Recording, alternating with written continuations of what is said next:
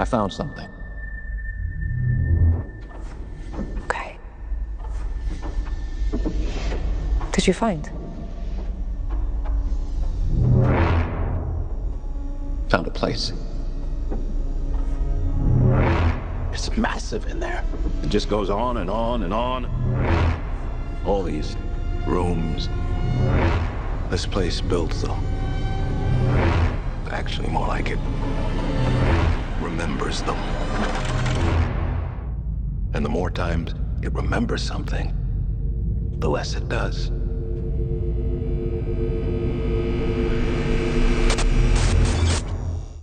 Have you seen Backrooms? Have you heard about it? It's a story that should worry Hollywood more than any box office number, because tomorrow, this horror movie opens in theaters across the country. The studio's expecting a monster opening. And the man who directed it, he's 20 years old. Not 20 years in the business, he's 20 years old. His name's Kane Parsons. And the way this movie got made is really the whole story here. It's why I'm talking to you guys about this tonight. Because it didn't start in some writer's room in Hollywood. It didn't start with a studio executive with a bunch of money and a focus group. It started in 2019 with an anonymous photo somebody posted on the internet. It's 4chan. It was a creepy, empty, yellow lit room. That was it. It was a photo. And of course, the internet did with it what the internet does, and it turned it into an image, turned that one image into a legend. They called it the Backrooms. The idea that you could slip out of reality and get lost in endless empty rooms with the lights humming. I mean, I could picture that fluorescent light hum when you sit in a quiet office. And a kid saw it, 16 years old, in his bedroom with a cheap laptop, a free software he taught himself to use. Kane Parsons made a short film of it and put it on YouTube. No budget, no studio, no permission. That video has been seen something like, I don't know, 190 million times. Look.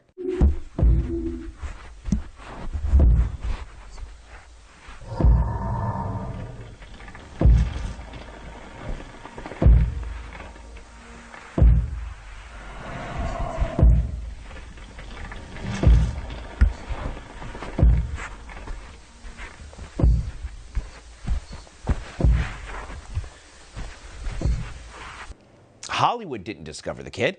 Hollywood had to go chasing after him. A major studio handed a feature film deal to him. He's a teenager.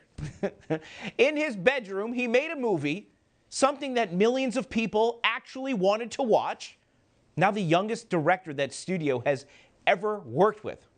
Think about what that tells you. There's a whole generation of young people who are not waiting for Hollywood anymore. They don't need a big production studio or a giant set. They grew up watching the studios pump out the same recycled, focus grouped, message-first product, and they decided to go make their own thing on their own, outside the system. The way the kids who made the Blair Witch Project, remember that one? The way they went around the system a generation ago and scared the daylights out of everybody with a camcorder and an idea. The talent is out there. It always has been. The creativity is there.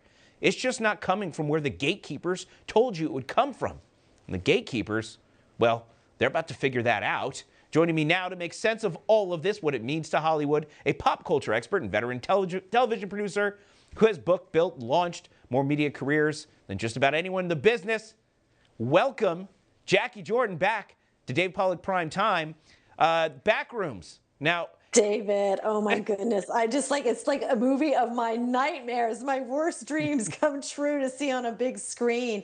But isn't it absolutely brilliant? We've been talking about this before. It's like the anti-social engineering. It's where Hollywood had to go out and find the audience. Like the audience found their product first. It was not generated from Hollywood, as you said. And the fact that it's such a disruptor. It's such a disruptor in so many ways, like in technology ways, in collective, like in the whole collective zeitgeist, because I think everybody can relate to having nightmares where mine happens to be parking garages. I'm lost in a parking garage and can't find my car. But this is such a brilliant, I think it's going to really do really well in the box office. I do think it's very much a disruptor like Blair Witch Project was. And look at YouTube, like that this, you can upload a video, upload a movie, And then Hollywood, as you said, is chasing Kane Parsons, who, worked on the music, did the special effects, did the directed, came up with the concept.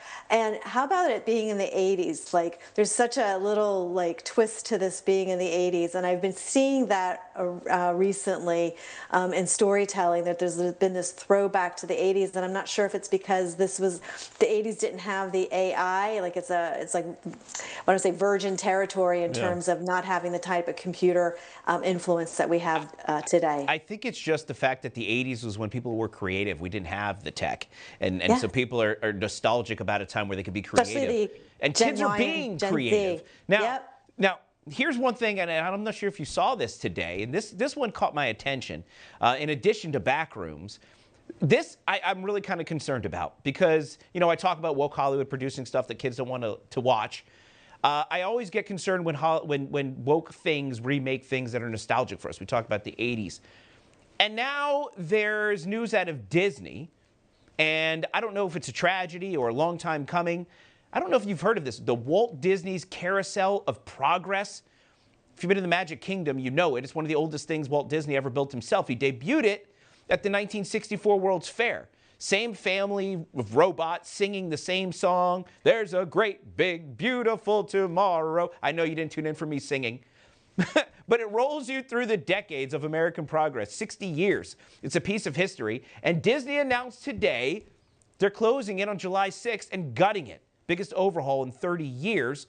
They're going to replace scenes. Everybody's worried they're going to remake it into something woke. And if you saw the last rebuild of it, they kind of changed that nostalgic charm of the ride and kind of made it, kind of feministy. And now the rumors out there are that this new remake is going to make it feministy and put the female at the center, which is fine. Women can run a household. But again, I worry that they're going to insert politics in it and ruin the charm. Jacquie, have you seen this, and what's your take on it? Oh, absolutely. I think it's a great contrast to conversation from Backrooms to the Disney World because, the oligarchy of the corporate Disney World is a social engineering mechanism for children of the future.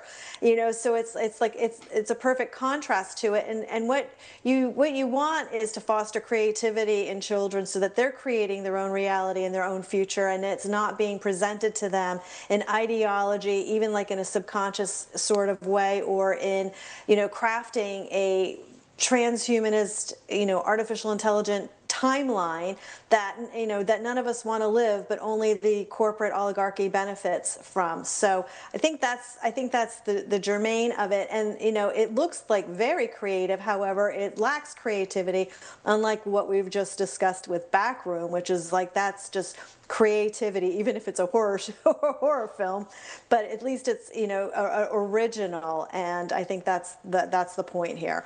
Especially as consumers and audiences, we want to vote with our dollar. Well, yeah, and look, for me, this one's personal to me. That's why I wanted to squeeze it into the segment, because I used to go to the Carousel of Progress with my kids when we went to Disney World. We were annual pass holders in the good old days before they required you to wear masks. And we used to go on the Carousel of Progress because, one, it was air conditioned, but two, because it was just it was a cool ride. You got to sit there. The kids liked that it moved. But it's this great nostalgic ride where it starts with the family in the early, I think the early 1900s, and they go through electricity and then the automobile, and then, but it follows this sort of nuclear family. There's the dad, there's the mom, there's the son, the daughter, the dog, and it's just such a nostalgic throwback to just pure Americana. And now it's going to be recast. Yes, they're going to recast it. The dad's going to be a dope like everything they do. They're going to destroy the family. And that's what I'm worried about. Disney, pretty please don't ruin the Carousel of Progress. Jacquie, thank you so much for being here and giving your takes as always. I'm going to go see Backrooms. I don't like horror movies, but this one has me intrigued. We'll have to circle back with some popcorn and talk and compare notes. Absolutely. Take care. Thank you, David. All right, Jacquie, thanks for being here.